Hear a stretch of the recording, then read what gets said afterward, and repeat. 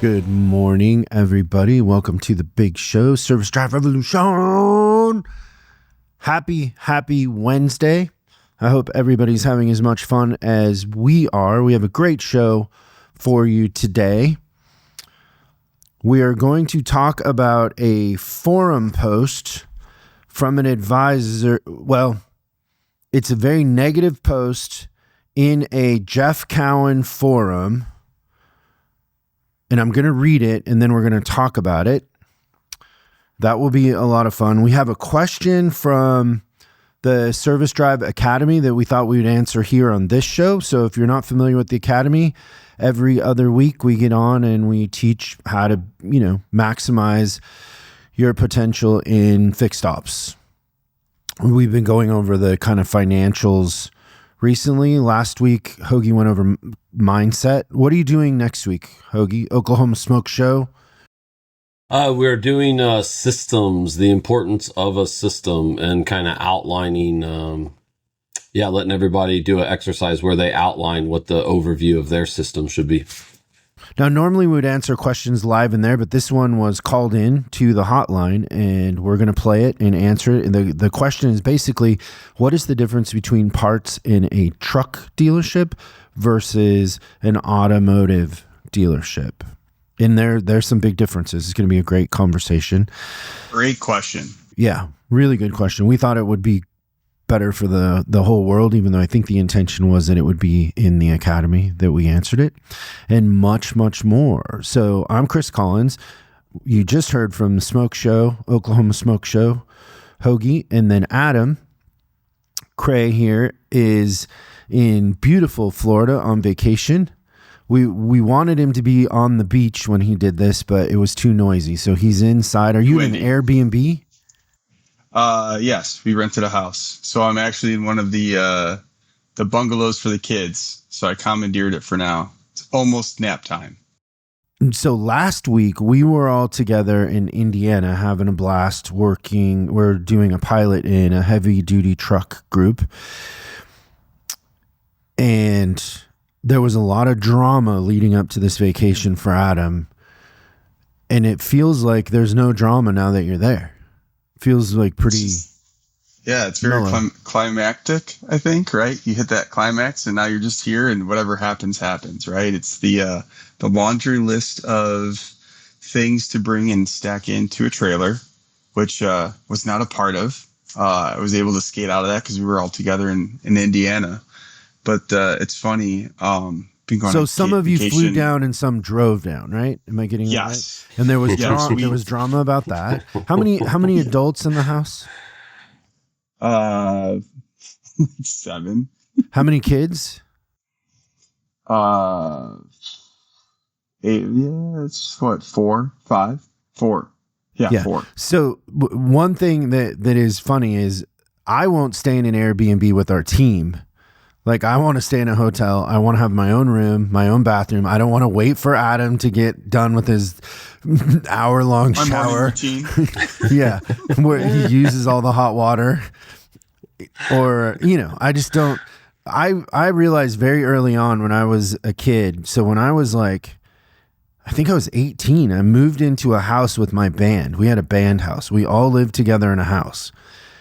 And I figured out very quickly, I don't like roommates. They would eat I was the only one in the band that had a full-time job because I was a porter at a car dealership. I had money. They didn't have money clearly because they didn't work. And so they would eat all my food. They would go, they would go in my bedroom with, it was just a disaster. And so it comes up all the time like, hey, could we stay at an Airbnb in this city when I'm tagging along? And I'm always like, you guys can, but I'm staying at the hotel. And so it would be a nightmare for me, Adam, to be 7 adults in an Airbnb. The kids probably are more fun, but the adults would be the problem. What sort of things you had a bottle of whiskey there. What sort of events have happened so far? Yes. So we had a fish boil last night. Fish boil? We did. Yep, fish boil. So we get crab, bunch of seafood, and you know me and seafood. I'm okay, take it or leave it kind of guy. So we had some of that with corn, potatoes. It was really good though. I think the corn is the best. The corn takes that Creole spice and just like locks it in. So like it's just awesome. But we've done that. We went golfing yesterday.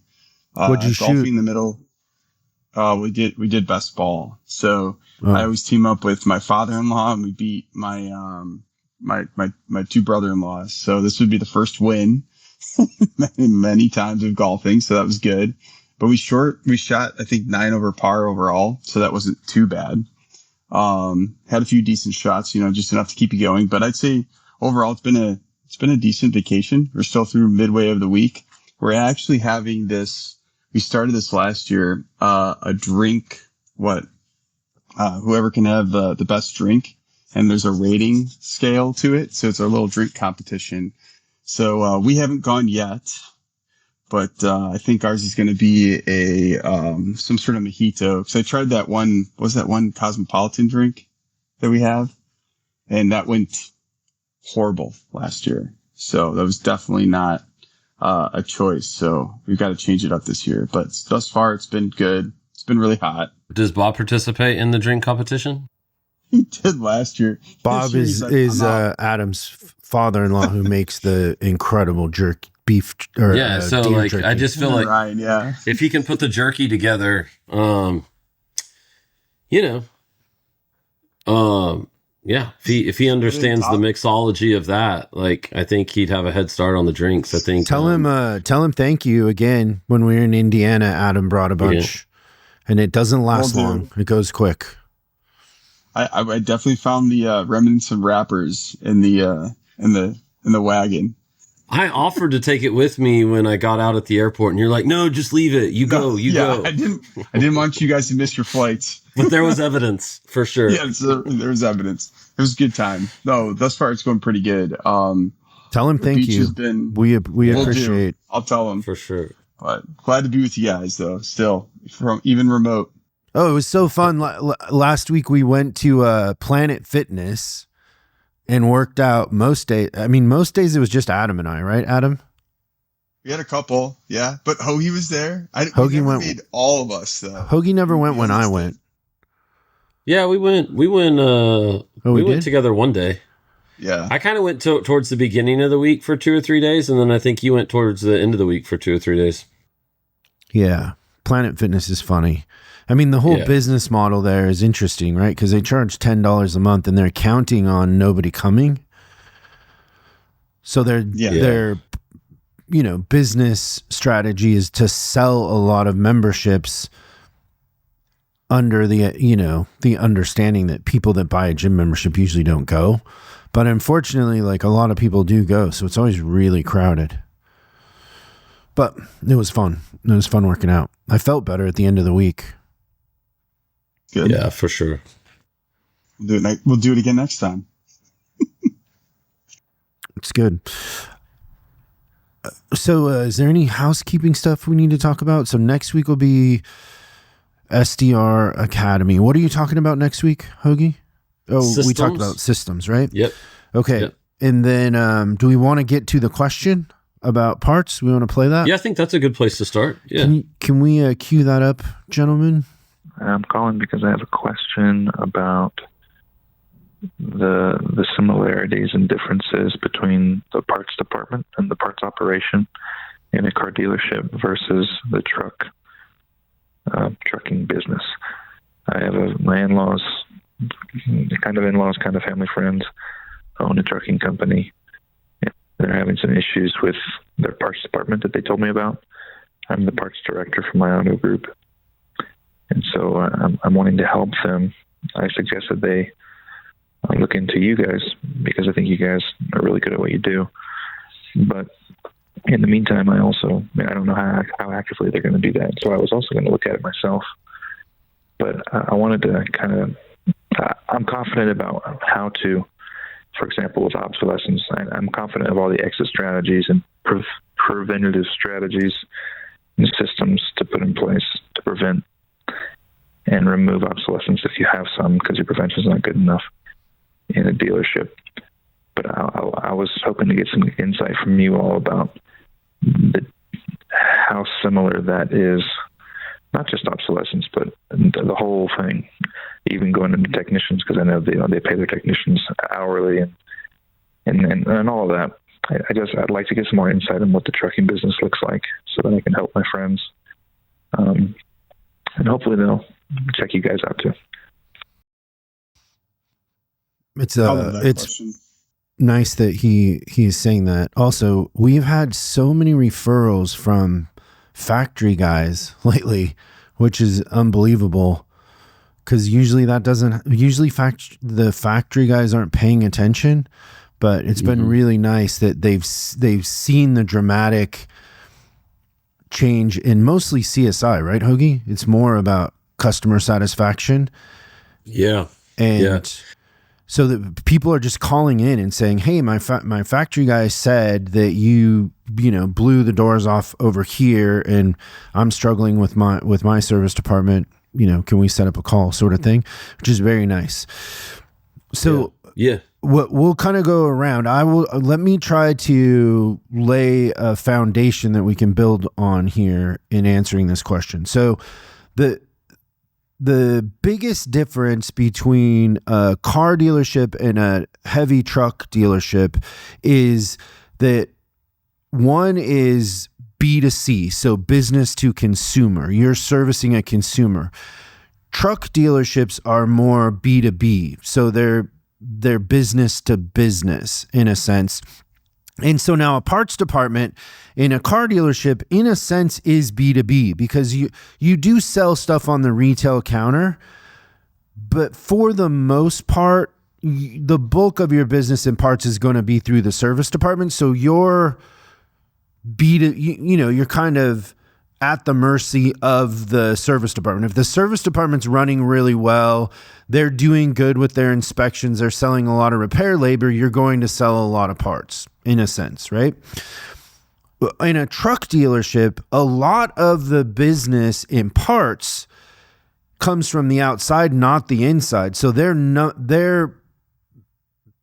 numbers really, for the most part, will come from them selling to outside businesses, because in the truck world, a lot of these fleets, so imagine a school district or Amazon, these businesses that have buses or trucks have their own technicians, but they don't have their own parts department. So they buy their parts from the dealership. And so you'll see a parts department in a truck dealership doing $400,000 a month to the service department and $2 million a month to the outside.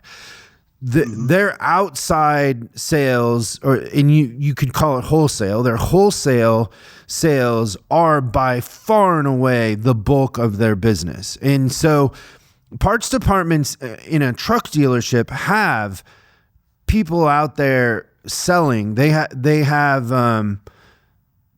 teams like you'll see a room of people just taking incoming calls for parts, where in a car dealership, you would just have the counter people taking those calls, or maybe the front counter. It would be like 10 people in a truck dealership versus, 1 or 2 in a car dealership on the front counter. So it's more of a B2B business, and the wholesale part of it is the bulk of what most truck dealerships are doing, because municipalities will have their own technicians. All sorts of fleets have their own techs, and they're buying the parts from the dealership. And then you also have more competition in a sense, because there's other vendors out there that will sell parts to them. So it's all about the service. It's about delivering, and inventory. So the inventories will be much higher in a truck dealership also, because they have to have it in order to sell it. How did I do, Adam? That was awesome. I'm trying to think of ways to insert any sort of little gaps, but that was a really good overall arching. Yeah, it's fascinating. Like, we're fans of businesses and models and how things work.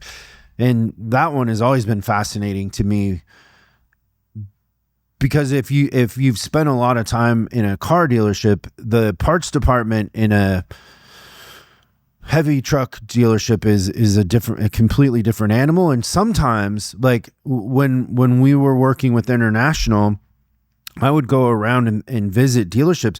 There would be dealerships that didn't even have a drive. Like they were like a warehouse, and the parts would be functioning in cubicles with totally disconnected from the dealership. And they were doing huge numbers, like humongous numbers, like 4 million. Like I'm trying to think of there's one dealer that I know of in the Midwest that was doing like $2 million a month in parts wholesaling, because he would buy a lot of the parts from the pallets, truckloads, from the manufacturers of the parts. So he'd go to Bosch and he'd say, hey, these alternators for Suburbans, whatever you have left over after you fulfill Chevy's order, I'll buy those. And he would buy the overruns, I think they're called. And he was doing huge numbers, but that's the only time I've ever experienced on the car side somebody doing any sort of numbers like truck dealerships doing parts. It's a completely different animal. And the margins are a different thing too, because the margins are very competitive. It's a harder game. I always look at it though, there's so much more of an upside though. I feel not more of an upside. I just think there's a lot of opportunity in that truck parts realm too, because of all those different vendors. For sure. Yeah. And we have a couple little secret things that we're trying that I don't think we want to talk about on here, but they're missing some things too. Mm-hmm. But just like on the automotive side, they're missing some things, not really building a strong wholesale business. So we could learn from each other. What would you guys say about how to avoid obsolescence on the truck side? Keeping track of lost sales. I think the thing with obsolescence is they usually get it out of order in my experience, no matter whether it's car or truck, really, in that they try to go clean it up first. So they realize they have a big number over 12 months and over 9 months no sell, and then they say, okay, like let's pull these numbers, let's go get them, let's go find different creative ways to get rid of them. And you're way better off to stop the bleeding first and go figure out your special order parts process, your returns process. Is it being utilized? Like what's the special order shelf look like? All of those things, and really nailing down those processes. And the truth of the matter is they're just avoiding that. You can walk and chew gum at the same time, so to speak. You can do both of them at the same time. It's just the processes of, it's a lot of conversations with a lot of people. Like, if we looked at if you go take a sample size of obsolescence and look at what's in there, you're going to find techs returning stuff that they didn't need, that the classic, oh, I got it just in case. And then, diagnosis, hey, we tried all these different things. Maybe even the tech line told us to get one of these and we're trying it or whatever the thing is. And they, they end up returning it. So with obsolescence, I think you got to stop the bleeding and figure out, like, what is your special order parts process? Are you allowing people to order special orders without prepaying? And if so, what are those contingencies? Are you allowing techs to order stuff just in case? And if so, what are those contingencies? Prepaying is way more common on the truck side than on the automotive side. Yeah. So it's just, it's those things, but I don't think you have to take a very big sample size, and some places, depending on their setup, their obsolescence comes, may come from a different place, but it's usually just like one of three things. And it doesn't usually take a very big sample size of your obsolescence to figure out what it is. But then you got to go have conversations with, whether a lot of it's coming internally from your own shop or from outside customers. Are we letting, people order and return? And then just, sitting down and deciding what the processes are going to be. For whatever reason, people like to go clean it up and avoid the cleaning up their process on that side of it. And then as soon as you get it cleaned up, you have that same amount in obsolescence all over again because you didn't stop the bleeding. I like that, Hogi, because there's one thing that I saw a lot. One of the pieces that you made is the specialty ordered parts. Going through a bunch of those orders, and what was the last recent one that I did was a back parts counter had shelving, and they didn't go through all the orders that they had on the shelves. And when they started doing, there was over 6 months. And then going back to the RO was closed, and the part was just there, so nobody goes back and restocks it, and they didn't have a system in place to go do the prepay. So they were just stuck with the part. And then, we'll sell it to the next one. And then they just kind of forgot it. And then when they go do an annual inventory, knowing that they have all these obsolescence parts. So I'd like to double down on the system that you just said, but also knowing where, like, that's kind of what Chris was just saying a little bit ago, and all these different vendors. So if they go to these other different vendors and have these special ordered parts, but they can't get it from the factory, now you've got two other different issues there, right? Because it all comes together, because it's easier to kind of track it with an RO attached to it.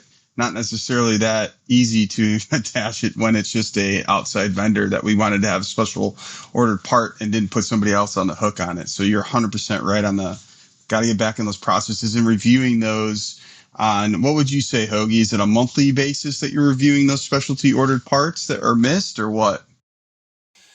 Yeah, probably. And I think getting everybody on the same page also and agreeing on what it is and why, because it's the bigger conversation with that is how much all the departments affect each other. And for a lot of if you have a big wholesale business, whoever your biggest customer is, whether it's wholesale or the shop internally, your ability to serve them is dependent on those processes being good. And a lot of times we think we're not holding people's feet to the fire on adhering to those processes and what they can return and what they can't and all that stuff.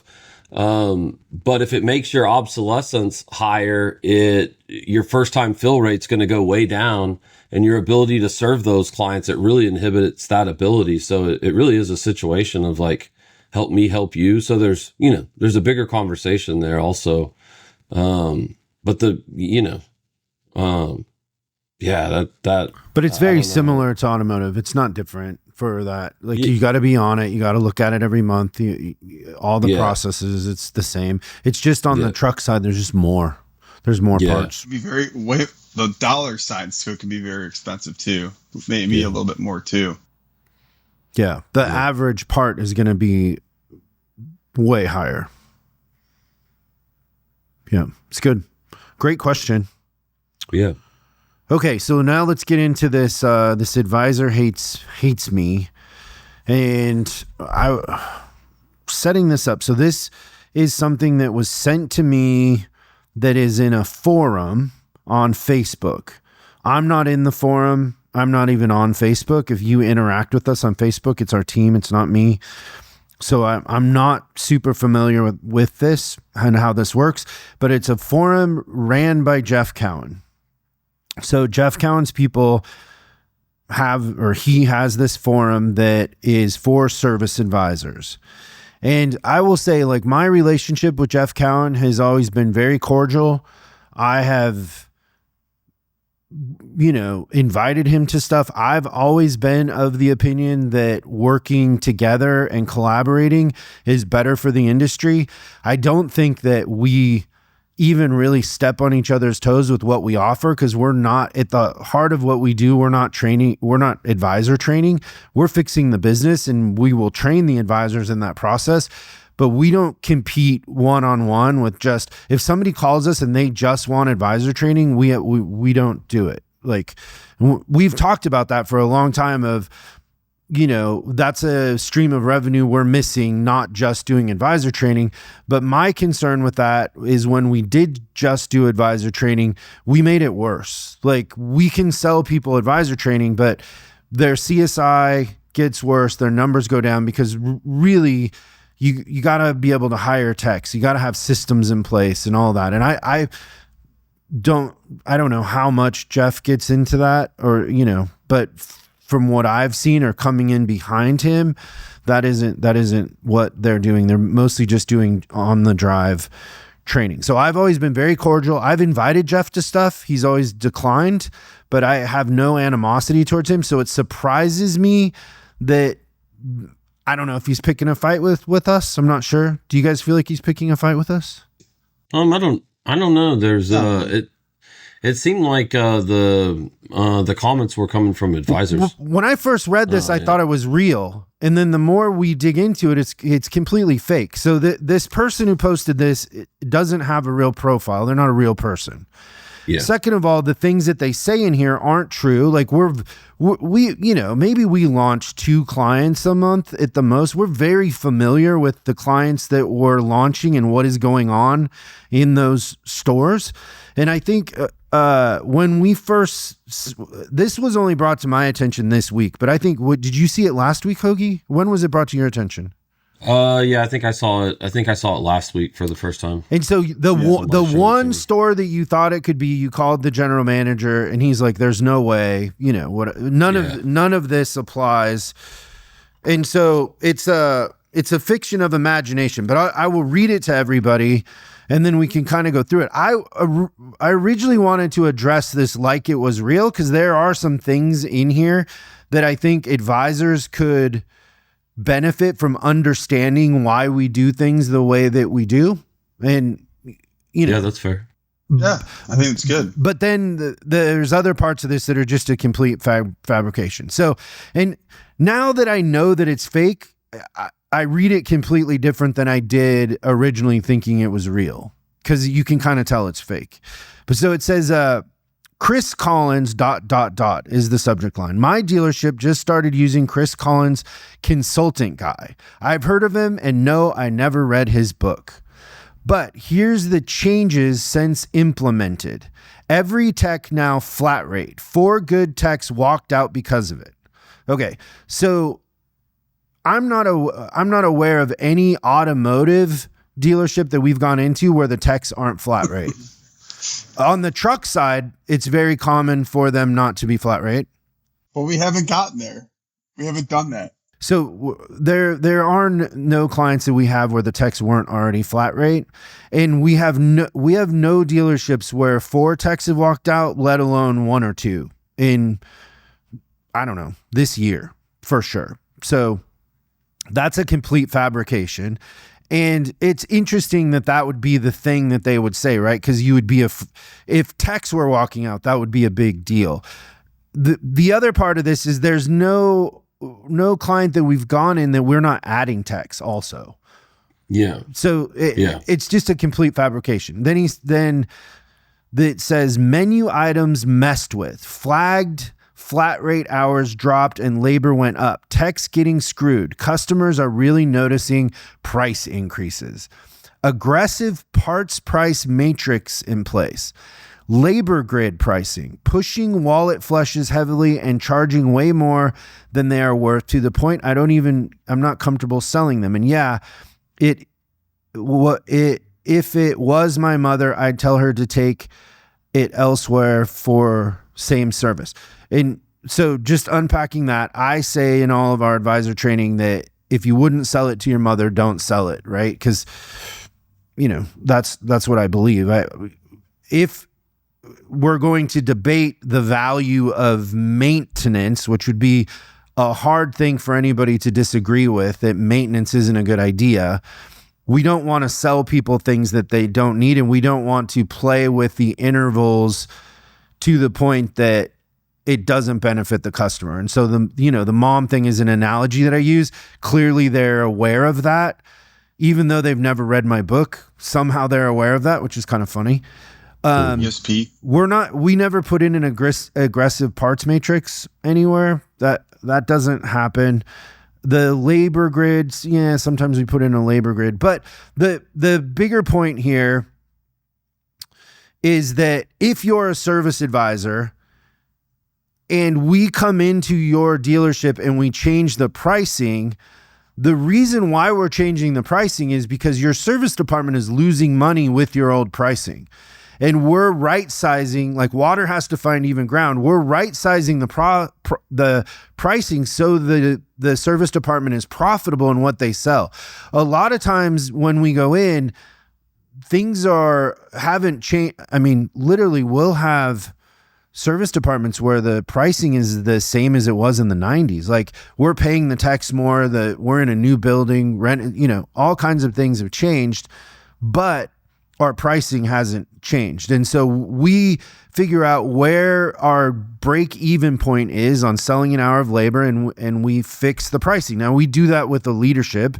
We walk them through them and kind of train them on that. But there are times when the pricing is out of whack. Now, if you're a service advisor in a service department working for someone who's losing money and you're okay with that, I would really question your integrity and just the idea of entitlement. Like you're so entitled that you think that the dealership doesn't have the right to be profitable, and your role is to ensure that the dealership is profitable, right? Like that doesn't even make logical sense that you would work for somebody and not want them to be profitable. And demonstrate the value to the customer. I mean, it's the whole reason you're there as a service advisor. So if a real service advisor wrote this, which clearly they didn't, I would encourage you to try to understand the business and understand why the pricing is the way it is versus, but this is a complete fabrication. And then it says, I don't know, I'm ready to start looking elsewhere, but I know the grass isn't always greener on the other side. It's just hard working at a dealership for so many years and developing trustworthy relationships with customers. And now I seriously feel like we're getting ripped off. I'm doing my best to look at the business perspective, but the whole thing just feels unethical. That is the funniest thing to me, is like, whenever in politics or any sort of debate with people that understand, psychology, is if you can't beat somebody on the facts, then challenge it with ethics, right? Yeah. So make it about ethics. And the contradiction here is, that I say don't sell it if you wouldn't sell it to your mother, and then you're still, making it about ethics. No, it is funny listening to them go back and forth, right? Like, hey, there's so much product, and, as you look at repair orders in these stores, there's so much opportunity. There's zero reason to sell anybody anything they don't need. And like one thing I go through in boot camp is the dealer is in kind of a tough spot. Like, the manufacturer says, lifetime transmission fluid, right? Like, and things like that. And then if you're with a chemical company, they want the intervals to be super, super quick. And so you gotta like, you're in the middle of that. You're the one that actually has to talk to the customer as the dealer and figure all of that out and come up with product that makes sense for you. And then to your point, Chris, like, then we have to have product that we can offer that is profitable. And I think that's where a lot of the communication breaks down is, I can't tell you how many advisors I've told that the department's not profitable and they don't believe it. They're like, what? That doesn't make any sense. Like, do you see all the money, all they see is those big tickets going through there. And to think that the department only makes a little bit of money for every hour that they sell, or possibly even losing money. But yeah, it is funny. Like they say, well, I'm trying to see the business side of it, but they're just kind of going back and forth. So yeah, it's great writing too when it says, anyone have experience with this program? Is this only to benefit the owners and screw over the advisors, techs, and customers? Like, building a wall between ownership and everybody, like that the owners don't care about their employees and that the customers aren't the one driving all of this. If the customers aren't happy, we don't have anything. Like, for the most part, our intention when we go in is that the advisors and techs are having more fun, that then is contagious to the customers, but the customers drive everything. So yeah. It's okay. So back to, do we think Jeff Cowan's picking a fight with us? You guys didn't say. I don't think so. I think it's clearly a fabrication. By the way, Alpha Dog 739 is the person's profile, which is blank, right? Is it blank, Hogi? Yeah. Yeah, so it's a blank profile. It's not even a real person. Yeah. It's AI. Is it like I don't think this is written by AI. This is clearly a person who is semi-familiar with our program. I mean, they're not really familiar with it, or they haven't really experienced it firsthand, because there's a lot of inconsistencies here with what we do. But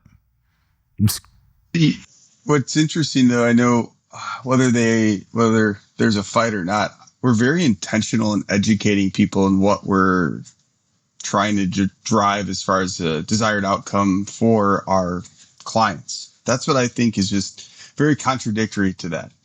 A lot of times our advisors are being educated on what it means to sell and that value. Yeah, and there's nothing about that in here, because if this advisor really worked in a service drive we were in, he would have gone through things that would have, taught him some stuff. Yeah. Perception, value. He would have a deeper understanding of what it is we're trying to do, instead of this sort of superficial sort of tone.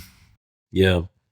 Well, and the ones that, if there was an advisor I've seen in, taking our program to hundreds of stores over the years, the ones that sometimes default to kind of Charlie Brown comments like this are the ones that don't have a belief in customer service, or that they can control it. And so they don't want to buy into the systems and methods that get those outcomes.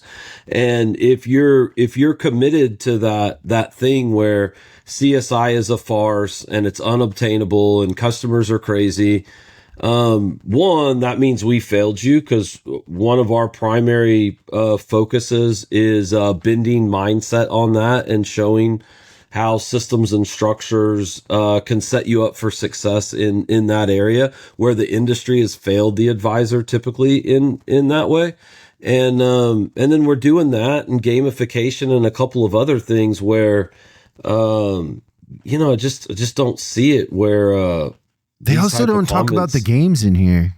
Yeah. Yeah. Like, it's so funny. Like, if you really had experienced our program, there's a whole thing you're missing here that you wouldn't leave out. Like, there's no way you would leave that out, right? Yeah. Even if you made fun of it, you wouldn't leave it out. Yeah. Yeah. I think he's trying to pick a fight with us. I think this is a deliberate attack.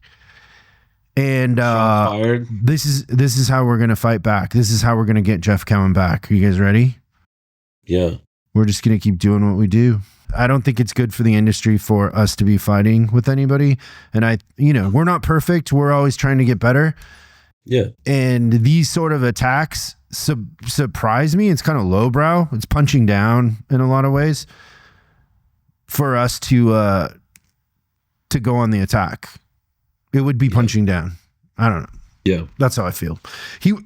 Like, there's so many. Yeah. No, I don't feel good about myself when I inflict pain on others. It's not my deal. Mm-hmm. Yeah. And like I said, I've tried to collaborate with Jeff a couple times, and he's just not into it, and that's okay. Yeah. I don't care. Yeah. I've invited him out too. I know he likes wine, so I've invited him out to dinner. Yeah, no, I think it's all good. Like I said, I mean, we do what we do, and there's the other thing, you kind of mentioning that, because you say that to the team from time to time, like, hey, yeah, no, I understand that's the case, but like, that's not us. That's, the punching down thing, because there's the industry affords us plenty of opportunities in the marketplace to kind of punch down, if you will. If you're just results oriented and you're just looking for great customer experience and great profitability, there's a straight line to those things in our industry that the industry turns a blind eye to, and it's almost comical. But we're pretty careful about not, trying not to punch down, like you say. Like, there's plenty of opportunity for it all around us, but we just our energy is better spent on us getting better at what we do. Like, we have so much opportunity out there to help our industry, to help the trucking industry to become better. Yeah. That's a full-time job. And if Jeff wants to do this sort of thing and attack us, it's fine. I would hope that our clients that are in this forum are sticking up for us. I haven't been in the forum. I haven't read any of that, but there's going to be a lot of people. If you say, let's talk about it, I got to imagine that there's a lot of people out there that will say that this is a joke. Yeah. And I haven't been there. I haven't been in there either. Like, it just got sent to me, but yeah, even the screenshots that were sent to me, there's people in there that are like, this doesn't sound like him. Have you ever read his book? Which is funny. It says I never read his book at the top. Yeah. So, by the way, the book is an easy read. Anybody out there, like, it's a 2 cup of coffee book. Yeah. But yeah, no, it was it's kind of interesting, but the backside of that is too, whether it's fake or real or whatever, like, I don't know. I think everybody understands too. There's just, there's some keyboard warriors, and most of them are Charlie Browns who, instead of, spending their time focusing on how to make themselves better and all the opportunity, get in there to where they have a echo chamber of some sort. But yeah, it's, I don't know. Try to not give too much thought to it, honestly, most of the time. Yeah, we're really trying to focus on getting better and what works versus what doesn't, and how can we learn, how can we grow, and share that with others. How can we make as many other people invited to the party as we can, in this journey? And that's where we want to put our focus. I'm a big fan of the mirror. I'm just gonna look in the mirror and try to fix the things that we can do, and not gonna go on the attack. Yeah. So Adam looks super worried about it. Oh yeah, before you got on, Hogi, he's got this big bottle of whiskey he's all excited about, like single barrel something. He's never been more concerned a moment in his life than he is right now. He's just filled with we ain't fret. got time for that, guys. We ain't got time for that. How hot is it there? Oh, hot. They said that the heat warning is finally gone, which I don't even know what that means down here. It was 106 degrees yesterday. Now it's 95. Humidity? Oh, so bad. Yeah, don't go inland. We're right on the beach, which is nice, so you get that sea breeze. But I've been hanging out by the pool. I'd be in the side. I bet golfing was intense. Golfing was a little rough. Yesterday. Yeah. Yes. Yeah. We might try to do 9 holes tomorrow night. We'll see. But anyways, it's a...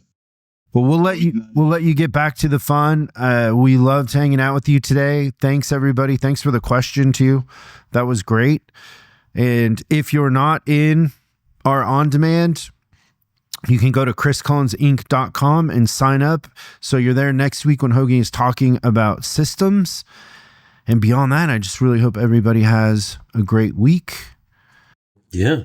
Yeah, look forward to seeing you guys next week. We had a ton of fun, a ton of great questions, and a ton of great takeaways last week. So excited to see everybody in Academy next week for sure. Come join us.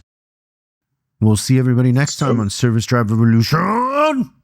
I know from experience that a lot of our dealers, owners won't invest in training for fixed ops, but 8 service managers in our coaching group have been promoted to general managers, something that doesn't happen enough in our industry. Proof that when you're given the right tools and the right mentorship, you can do amazing things. And I'd like to personally invite you to something that should exist already, but unfortunately it doesn't. And that's a live fixed ops academy, a mentorship, a community, but what it really is a service drive revolution.